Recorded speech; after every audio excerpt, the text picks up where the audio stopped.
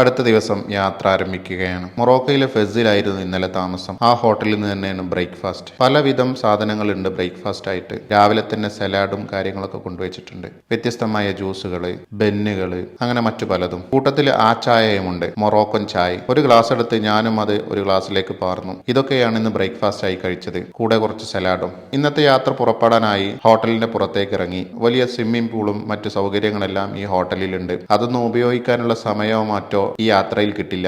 Luggage എല്ലാം എടുത്ത് ബസ്സിലേക്ക്. സമയം 8:31 ആയിട്ടുണ്ട്. ഹോട്ടലിന് മുമ്പിൽ ബസ് റെഡി ആയിരിക്കുന്നു. യാത്രക്കാരെല്ലാം വന്നു തുടങ്ങി. കുറഞ്ഞ സമയത്തിനുള്ളിൽ തന്നെ യാത്ര ആരംഭിച്ചു. ഇന്ന് ആദ്യമായി പോകുന്നത് നാരിയത്ത് സ്വലാത്തിന്റെ മുസന്നിഫിന്റെ അടുത്തേക്കാണ്. ഫെസിലെ ഹോട്ടലിൽ നിന്നും ഇറങ്ങി.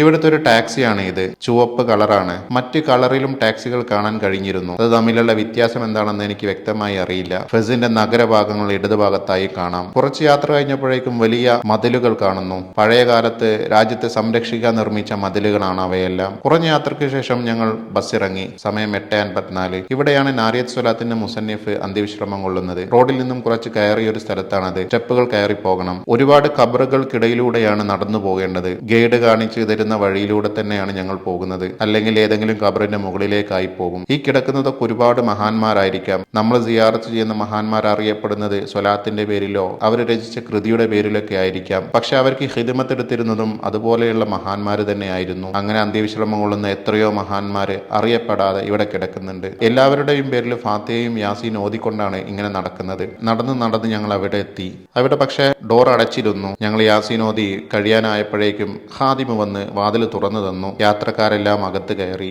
നാരിയത്ത് സ്വലാത്ത് ചൊല്ലി ബാക്കി അദ്കാറുകളും ചൊല്ലി ഉസ്താദിന്റെ നേതൃത്വത്തിൽ പ്രാർത്ഥന നടത്തി. നാരിയത്ത് സ്വലാത്തിന്റെ ഇജാസത്തും ഉസ്താദ് എല്ലാവർക്കും നൽകി.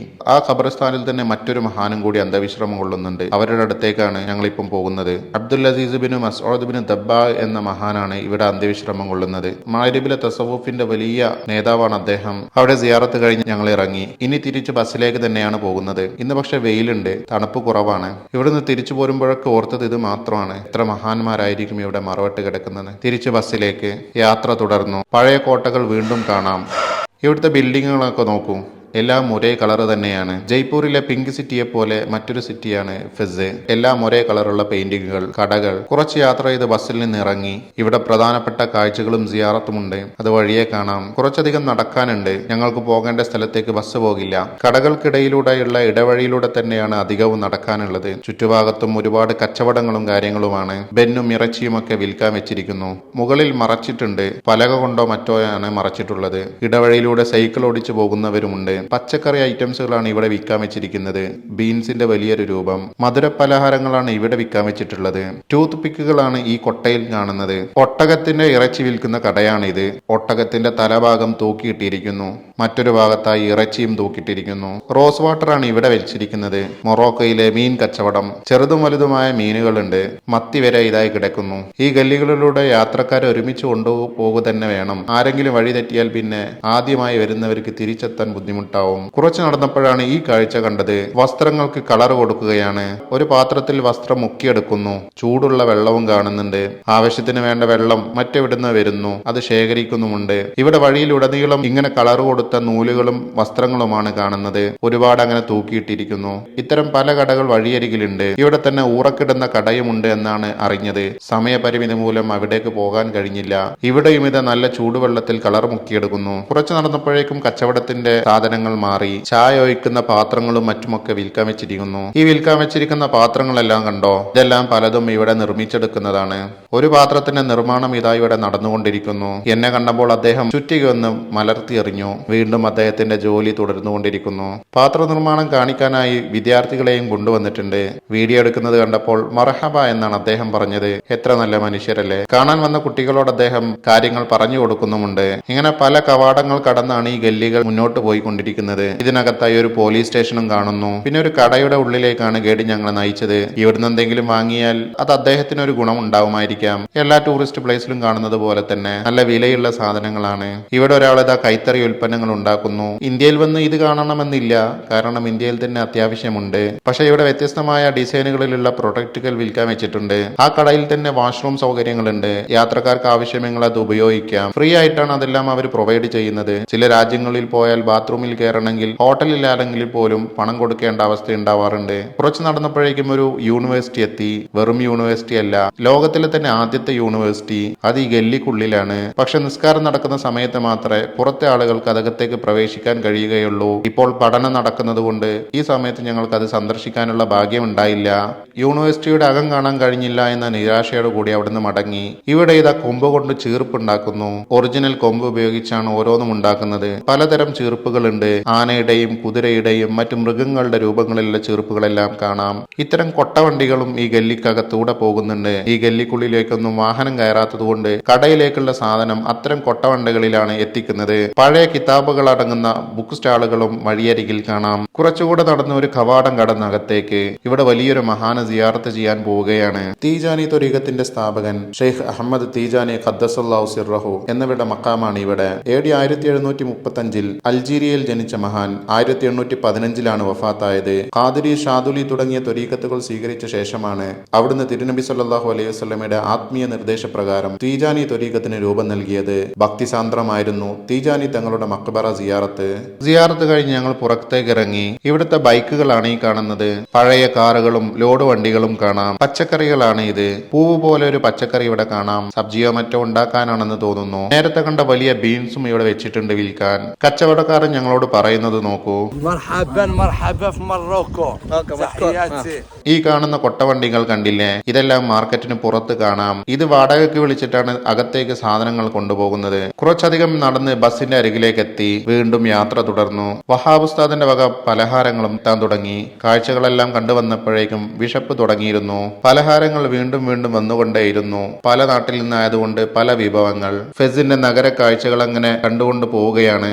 കാഴ്ചകൾ ഗ്രാമ കാഴ്ചകളാകാൻ തുടങ്ങി. സമയം 1:30. ഭക്ഷണത്തിന് വേണ്ടി ബസ് നിർത്തി. ബസ്സിൽ നിന്നിറങ്ങി റോഡ് സൈഡിൽ തന്നെയുള്ള ഒരു റെസ്റ്റോറന്റിലേക്ക് നടന്നു. റോഡിന്റെ തൊട്ടടുത്ത് തന്നെയാണ് ഈ ഒരു റെസ്റ്റോറന്റ്. ആദ്യമായി പൊറോട്ട പോലെയുള്ള ഒരു വിഭവമാണ് വന്നത്. അത് കഴിക്കാൻ ഒരു സോസും, പിന്നെയാണ് റൈസും ചിക്കനും ഫ്രഞ്ച് ഫ്രൈസും വന്നത്. അവസാനം ഒരു ചായയും. പുതിനയിലിട്ടുള്ള ചായയാണ് ഇത്. നല്ല രുചികരമായ ചായയാണ് ഇത്തരം ചായകൾ. ഇവിടെ ഒരു ബൈക്ക് കിടക്കുന്നു. ആളുകൾ കൊണ്ടാകാതിരിക്കാനായിരിക്കും ഇങ്ങനെ ലോക്കിട്ടിട്ടുള്ളത്. ഇത്തരം ചെറിയ ബൈക്കുകളാണ് ഇവിടെ അധികമായും കാണുന്നത്. റോഡിന്റെ അപ്പുറത്ത് വലിയ മാർക്കറ്റോ മറ്റോ ഉണ്ട്. നല്ല തിരക്ക് കാണുന്നു. വീണ്ടും യാത്ര തുടർന്നു. ഒരു പെട്രോൾ പമ്പിൽ വണ്ടി നിർത്തി. നിസ്കരിക്കാനുള്ള ഉദ്ദേശത്തിലാണ് ഇവിടെ വണ്ടി നിർത്തിയത്. പെട്രോൾ പമ്പിൽ തന്നെ നിസ്കരിക്കാനും കുട്ടികൾക്ക് കളിക്കാനുള്ള സ്ഥലവും റെസ്റ്റോറന്റും എല്ലാം ഉണ്ട്. ഒരുപാട് ആളുകൾ ചോദിച്ചിരുന്നു, വെള്ളമില്ലാതെ എങ്ങനെയാണ് നിങ്ങൾ വുളു എടുക്കുന്നത്? ഞാൻ പറഞ്ഞത് ടോയ്ലറ്റിലാണ് വെള്ളമില്ലാത്തത്. പുറത്ത് വാഷ് ബേസും കാര്യങ്ങളും ഉണ്ട്. ചില പെട്രോൾ പമ്പിൽ നിസ്കാര റൂമിന് തൊട്ടടുത്ത് തന്നെ വുളു എടുക്കാൻ പ്രത്യേക സൗകര്യവുമുണ്ട്. ടോയ്ലറ്റിൽ മാത്രമാണ് വെള്ളമില്ലാതിരിക്കുക.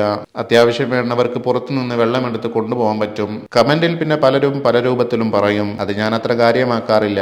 ഒരു വീഡിയോ ഇട്ടാൽ പിന്നെ ഇട്ടതാണ്. അതിൽ അഭിപ്രായം പറയുന്നവർക്ക് പറയാം. നല്ല അഭിപ്രായങ്ങൾ സ്വീകരിക്കും, അല്ലാത്തത് അതിന്റെ രൂപത്തിൽ അങ്ങ് തള്ളിക്കളയും. ഇതാണ് ഇവിടുത്തെ പെട്രോളിന്റെയും ഡീസലിന്റെയും റേറ്റ് കാണുന്നത്. നിസ്കാരമൊക്കെ കഴിഞ്ഞ് യാത്ര തുടർന്നു. തീർത്തും ഗ്രാമ കാഴ്ചകളും കൃഷി കാഴ്ചകളുമാണ് പിന്നീട് കണ്ടത്. ഇനി ദീർഘമായ ഒരു യാത്രയാണ്. രാത്രി ഏറെ വൈകിയിട്ട് ഹോട്ടലിലെത്തൂ എന്ന് ആദ്യമേ പറഞ്ഞിരുന്നു. ഇടയ്ക്ക് തങ്ങളെ കൂടെ ഇരിക്കാനുള്ള ഭാഗ്യവും കിട്ടി. നേരത്തെ ബുക്ക് സ്റ്റാളിൽ നിന്നും വാങ്ങിയ പഴയ കിതാബുകൾ മുതാല ചെയ്യുകയാണ് തങ്ങൾ. ഇവരോടൊക്കെ യാത്ര ചെയ്യുമ്പോഴാണ് സമയം എങ്ങനെ ഉപയോഗപ്പെടുത്തണമെന്ന് നമുക്ക് പഠിക്കാൻ കഴിയുക. സമയം 5:32. ഏറെ സമയത്തെ യാത്രയ്ക്ക് ശേഷം വണ്ടി വീണ്ടും നിർത്തിയിരിക്കുകയാണ് ഒരു പെട്രോൾ പമ്പിൽ. റെസ്റ്റ് എടുക്കാൻ വേണ്ടി നിർത്തിയതാണ്.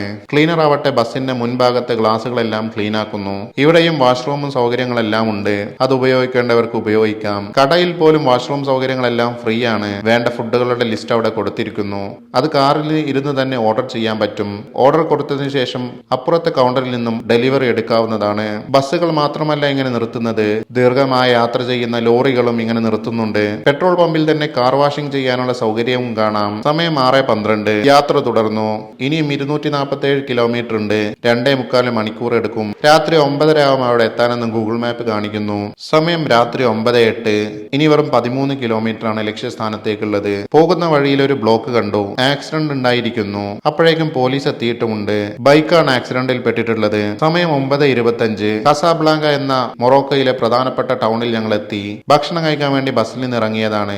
ഈ കാണുന്ന കളറുള്ള വണ്ടിയും ടാക്സി തന്നെയാണ്. നേരത്തെ ചുവപ്പും കണ്ടല്ലോ. സുനീർ കാൻഡിയുടെ ചിക്കാൻഡി എന്ന കടയിലേക്കാണ് ഭക്ഷണം കഴിക്കാൻ ഞങ്ങൾ കയറുന്നത്. ഈ യാത്രയുടെ ആദ്യത്തിൽ സുനീർ കാൻഡിയെ കണ്ടിരുന്നു. ചോറും ചിക്കനും സലാഡും ഒക്കെയാണ് വിഭവങ്ങൾ ഉണ്ടായിരുന്നത്. രുചികരമായ ഭക്ഷണമായിരുന്നു. ഭക്ഷണം കഴിഞ്ഞ് തൊട്ടടുത്തുള്ള ഹോട്ടലിലേക്കാണ് ഇനി യാത്ര. കുറഞ്ഞ സമയത്തിനുള്ളിൽ ഹോട്ടലിലെത്തി.